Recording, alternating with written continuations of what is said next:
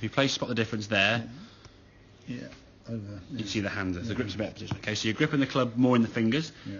It's hard to see grip pressure, but generally when the grip's in the fingers, we're going to be looser, I'd imagine, okay, because we are more secure, okay? So that's the one thing there, okay? Now, if we sync these up there together, if I play this, go quarter speed, so what do you notice there? Anything at all? That seems to have stopped.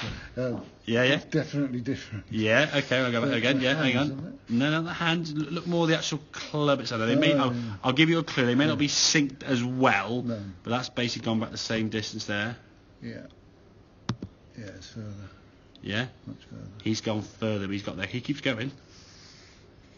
But it's like slow go back, so you see. So being a slower back, so you just give you a bit more.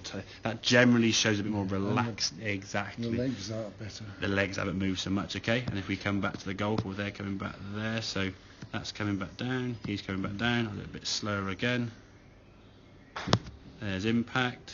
Yeah, leaning back there and not leaning back there. Exactly. Look at the head. Yeah.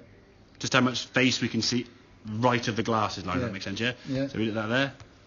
Yeah, that's right. Now, physically, from a point of view, that's going to put more stress on the left side of your neck, your shoulder, your back. I don't know whether when you finish a game of golf, you feel a little bit of tension anywhere in your body when you finish, or you feel a bit like... I used to feel it down here. Yeah, crunching in there, that's going to really sort of shorten that kind of in that. So if your neck's if you just stand there and do this all day, this will stretch and that will crunch. Yeah. One of the two is going to cause some issues there. So, and that movement then, as your hands come back to the golf ball, and then is that release of the club here. You're keeping the angle here nicely, so you've got the hinge in your wrist, as you can see there with left arm and wrist. Your hands come back over the ball, and then there's that sort of snap there through impact and through the target. Very nice, relaxed finish up onto your left side. Yeah, very, very good swing. I think what we're going to try to do is understand the concept of how you release that golf club. It's when you sort of stay back a little bit too much, which can come from a number of things. One being too tense on the golf course. We know that, okay? People, when they stood there, when the two girls were watching, we flat with a snap up to the left, okay? That was probably, of all the shots you've hit today, that was the worst one. And those two of us stood there watching, and that tension builds up. Oh God, the body stops completely, and when you can't move your body at all, the club flips over and we go left. It's that timing issue. The body works too quick; it goes to the right. But if your body can't move under control because it's being too tense and you're locked and all these kind of things, it's very difficult to actually sort of make a consistent swing. The timing's all over the place. And then if your ball's then going to the left, you will then try to hold the face open. And what often happens, that's sort of you try and hold the face, your head starts doing more of this, even more so. And then we're setting the ground beyond the golf ball. And then we just duff it off to the right there. And then you're playing, you say, left and right golf. And if you start on the golf course, like the button this time of year now with the mat being shut, if your first tee shot goes 30 yards right, and then your second shot on the second goes 20 yards left, on the third, where do you aim?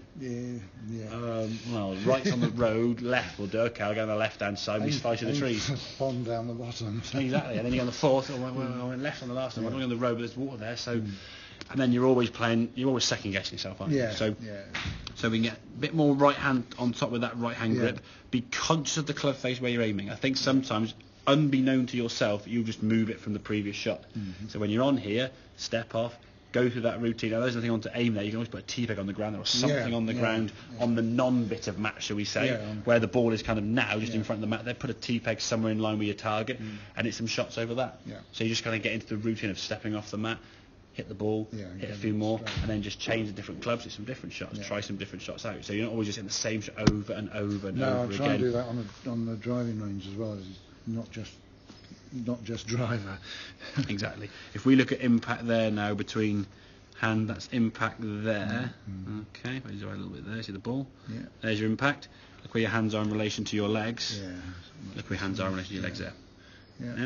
So that's body staying back, body stiffer, head stays back, hands stay back, club flips over. He's generally going to go to the left. Hit the ground and go left, and then your competition to stop that, send it way right. Go right. Exactly. Make sense? Does indeed.